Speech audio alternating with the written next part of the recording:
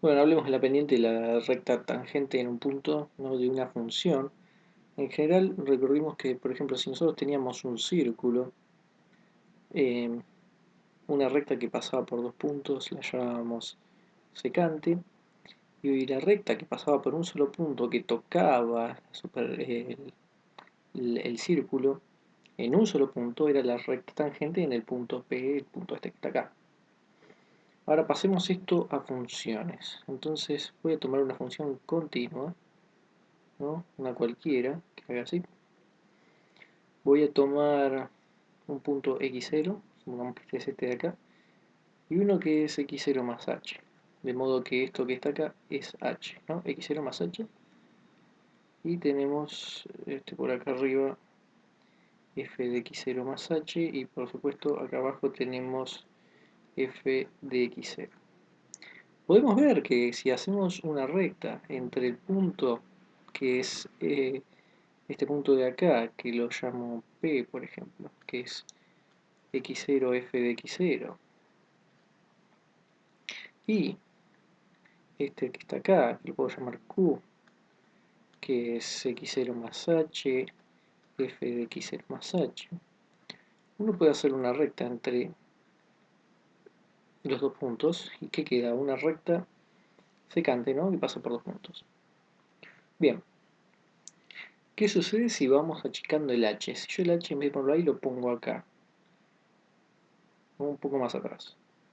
Entonces vamos a obtener un punto más cercano y uno puede hacer otra vez una recta secante. Y puede bajarlo aún más hasta acá y puede también hacerse otra recta secante, ¿no? Que esta recta secante va a pasar, bueno, más o menos por ahí, ¿no? La cuestión cuál es, que cuando h, a medida que se va acercando, se va a ir acercando a la recta que buscamos, que es la recta tangente en un punto P. Para ello tenemos que pedirle claramente que cuando h tiende a x0, f de x0 más h se tiende a f de x0, o sea que se acerque esto. Bien, entonces nosotros sabemos la fórmula de la pendiente de la recta, es justamente, si nosotros tenemos dos puntos en la recta, es y2 menos y1, x2 menos x1, entonces podemos usar eso. Sabemos que m es igual a y2 menos y1, x2 menos x1, bueno, pero ¿quién es mi y2 y mi 1? Bueno, mi 2, según esto, va a ser f de x0 más h, menos mi 1, que es f de x0, sobre mi x2, que es x0 más h, menos, vamos a ponerlo esto entre paréntesis, x0. Vean, claramente podemos ver que acá nos queda f de x0 más h, menos f de x0, sobre, se cancelan los x0 y me queda h. Bien, ¿qué es esto? Esto es la pendiente de la recta secante. Y nosotros lo que queremos es que esto se vaya acercando tanto como querramos. Por supuesto que si queremos la recta tangente tenemos que tender h lo más cercano a x0. O sea, vamos a pedir que h tienda a 0, porque de esa forma tendemos a f de x0. O sea que la pendiente va a ser el límite cuando h tiende a 0 de f de x0 más h menos f de x sobre h, ¿no? Porque esta es la pendiente de la recta secante, pero nosotros queremos que este h tienda a x0. En realidad lo que queremos, perdón, vamos a sacar, porque lo que confunde es este h. Nosotros lo que queremos es que x0 más h tienda a x0, por eso tendremos el h a 0, para que x0 más h tienda a x0. Y para eso tenemos que tender h a 0, así esto se va hacia allá, entonces cada vez tomo las secantes cada vez más próximas, ¿no? Lo que está pasando ahí es que yo cada vez tomo secantes, voy bajando, a medida que voy bajando el h, tomo secantes hasta que en algún momento tomo la que está al lado, y eso me da la tangente, y para eso tomé h cuando tiende a 0, ¿no? Achiqué esto, y es esto. Y esta es la pendiente de la recta tangente en ese punto P. Esto es para un punto, pero si tomamos para una función, no porque acá me comí el x0, pero si tomamos para una función en general, esto que es f de x más h menos f de x sobre h, este límite que es, ¿qué va a ser ahora? Ahora ya no tenemos para un punto, estamos para toda la función. Esto lo que nos va a dar es lo que se llama la derivada. Es como que ahora tenemos pendientes de rectas tangentes, pero en toda la recta, lo sacamos para cualquier x. Entonces, esto es lo que se suele llamar la derivada, se suele poner como dx sobre dy, no una notación que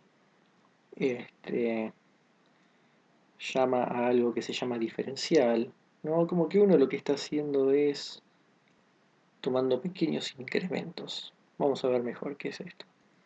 Entonces, tenemos una función cualquiera, ¿no?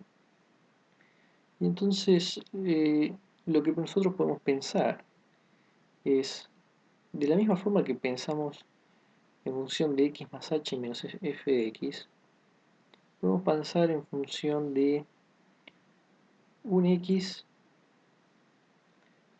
un punto cualquiera x0 y un punto cualquiera x, ¿no? Que tienen por supuesto imagen f de x0 e imagen f de x, ¿no? Tenemos las dos imágenes y uno otra vez tiene dos puntos y puede pensar en la pendiente de, de la recta que une a esos dos puntos y va a ser f de x0 menos f de x menos x0. Estamos en la misma deducción que antes. Pero bueno, ¿qué es esto?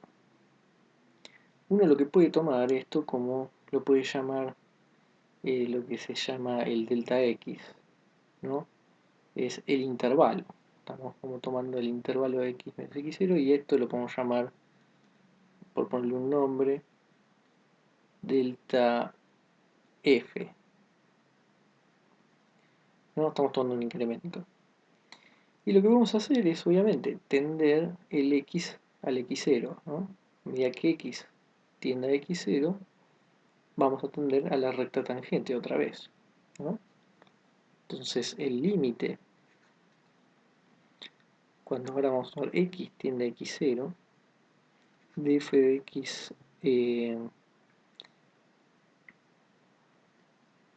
f de x0 menos f de x sobre x menos x0. Acá en realidad lo puse al revés, ¿no?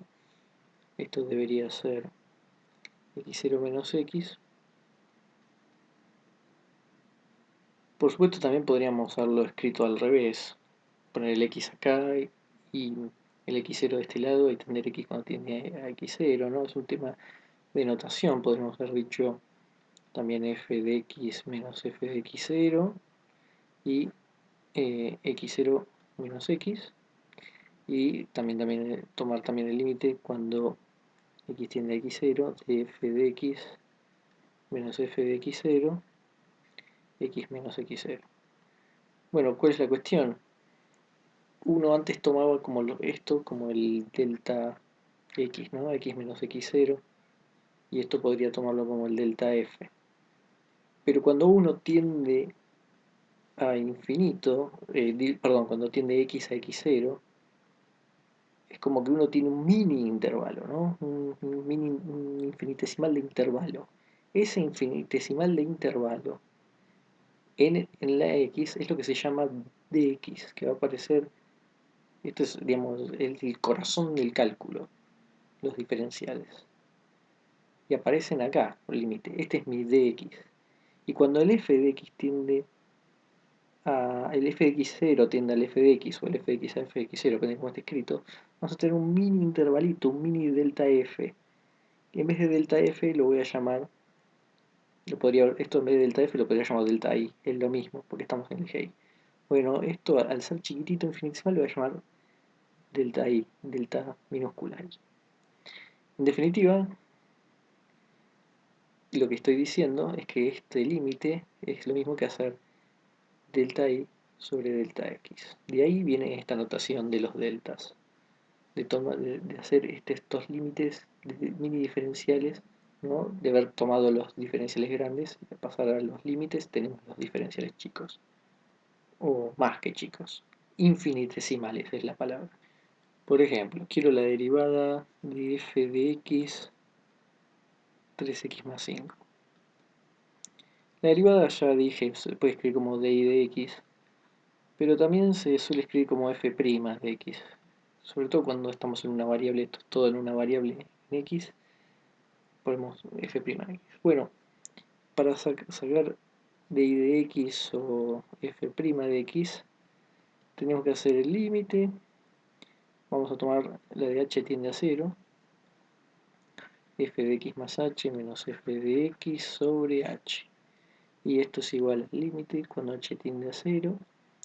¿De quién? De 3 de x más 5, pero luego en x más h. Entonces cada vez que haya un x ponemos un x más h menos, perdón,